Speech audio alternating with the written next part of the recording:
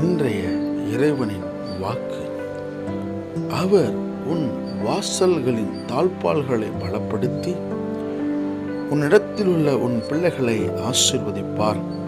சங்கீதம் 147 அதிகாரம் 13 எனக்கு பிரியமான என் அன்பு தேவச்சனமே, ஆண்டவராகிய இயேசு கிறிஸ்துவின் நாமத்தில் உங்களை சந்திப்பதில் நான் மிக்க மகிழ்ச்சி அடைகிறேன்.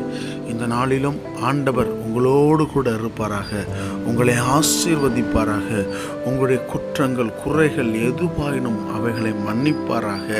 இந்த நாளிலும் தேவன் உங்களோடு கூட இருந்து நீங்கள் கையிட்டு செய்கிற எல்லா வேலைகளையும் ஆசீர்வதிப்பாராக. ஆம், இந்த வசனம் சொல்லுகிறது, பிரியமானவர்களே, அவர் உன் வாசல்களின் தாழ்பாள்களை பலப்படுத்துவார். ஆம், ஒருவேளை உங்களுடைய வாசல்களுடைய தாழ்பாள்கள் பலவீனமாக இருக்கிறதா?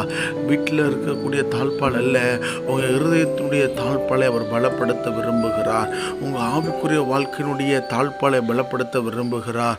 உங்கள் சரீர பிரகாரமான இருக்கக்கூடிய தாழ்பாலை அவர் பலப்படுத்த விரும்புகிறார். பிரியமானவர்களே, உன்னிடத்தில் உள்ள உன் பிள்ளைகளை ஆசீர்வதிப்பார் என்று சொல்லி இந்த வேத வசனம் சொல்லுகிறது. ஆம், உங்களுடைய கற்பத்தில் பிறந்த பிள்ளையை ஆண்டவர் நிச்சயமாய் ஆசீர்வதிப்பார்.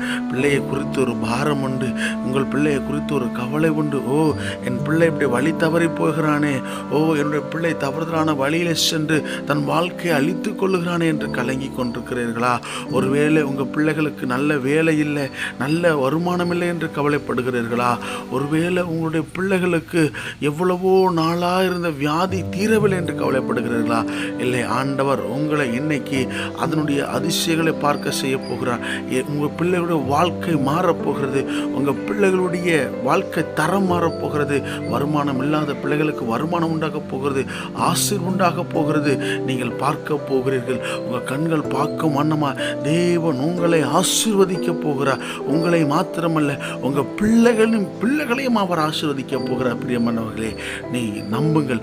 ஆண்டவர் உங்களை எடுத்து பயன்படுத்துவார். உங்களை மாத்திரமல்ல, உங்கள் குடும்பத்தை தலைக்க செய்வார். இயேசுவின் நாமத்தில்